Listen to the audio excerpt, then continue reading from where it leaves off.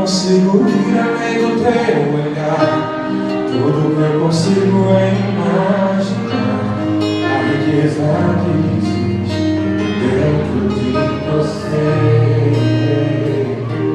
O ouro eu consigo só admirar, mas te olhando eu posso mais usar adorar. Sua alma é o bem que nunca envelhecerá.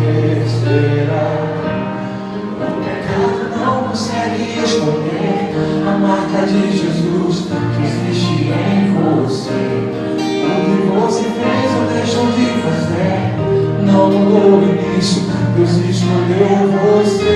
Sua realidade não está naquilo que você possui ou que sabes fazer. Isso é mistério de Deus com você. Você é o espelho que reflete a imagem do Senhor. Não chore se o mundo ainda não notou. Já é o bastante Deus reconhecer o seu valor. Você é precioso, mais vale que o ouro puro de Ofir.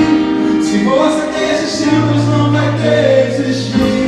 Ele está aqui pra te levantar. Se o mundo te fizer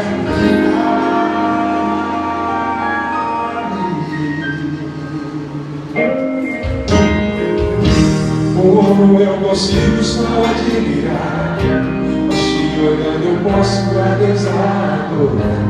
Sua alma é bem